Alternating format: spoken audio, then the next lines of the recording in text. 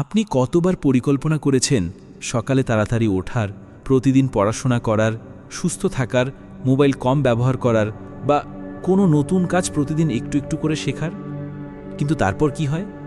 2 দিন পর্যন্ত সব কিছু ঠিকঠাক চলে, তারপর ধীরে ধীরে প্রেরণা কমতে শুরু করে এবং আমরা সেই পুরনো জীবনেই ফিরে যাই। আর তারপর শুরু হয় নিজের উপর রাগ করা। আমি এটাও করতে পারি না, আমার মধ্যে কোনো শৃঙ্খলাই নেই, আমি তো কিছুই ধারাবাহিকভাবে করতে পারি না। এই কথাগুলো ভেতরে ভেতরে আমাদের ভেঙে দেয়। আমরা ধরে নিই যে হয়তো আমরা জন্মগতভাবেই অলস, হয়তো এটা অন্যদের পক্ষেই সম্ভব। কিন্তু সত্যি কি তাই? আত্মশৃঙ্খলা কোনো অতিমানবিক শক্তি নয় যা কিছু বিশেষ মানুষের কাছেই থাকে। এটি কোনো জন্মগত গুণ নয়, এটি একটি অভ্যাস, একটি পদ্ধতি যা শেখা যায়। কিন্তু সবার আগে একে বোঝা জরুরি।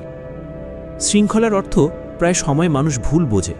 তারা মনে করে এর মানে জোর করা, নিজেকে জবরদস্তি ধাক্কা দেওয়া, একটি কঠোর রুটিনে আটকে যাওয়া।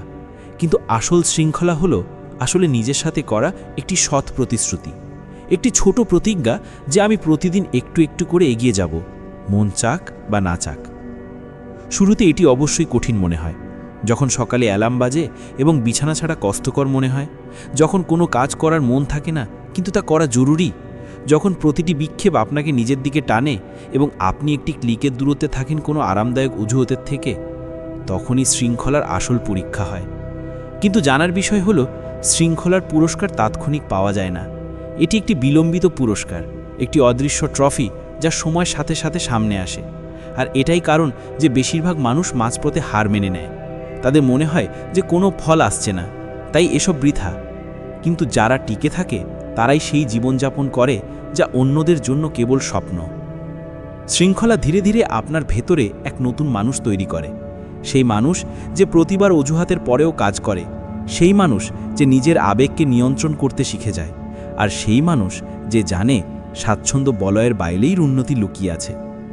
ভাবুন তো, যদি আপনি সেই প্রতিটি মুহূর্তে যখন হার মেনে চলেছিলেন তখন আরেকটু ধৈর্য রাখতেন, আরেকটু এগিয়ে যেতেন, তবে আজ আপনি কোথায় থাকতেন?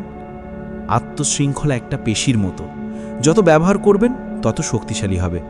আর যেদিন এই পেশি শক্তিশালী হয়ে যায়, সেদিন থেকে আর আপনার কোনো প্রেরণার প্রয়োজন পড়ে না।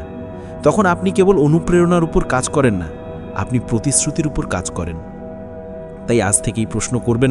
এই অসাধারণ বেস্ট সেলিং বইটির সম্পূর্ণ বাংলা সারাংশ শোনার জন্য আপনাকে আমন্ত্রণ জানাচ্ছি আমাদের ইউটিউব চ্যানেল বুক জেস্টে। আমরা নিয়মিতভাবে বিশ্বের সর্বাধিক বিক্রিত ও জনপ্রিয় বইগুলোর বাংলা সারসংক্ষেপ আপনাদের জন্য নিয়ে আসি।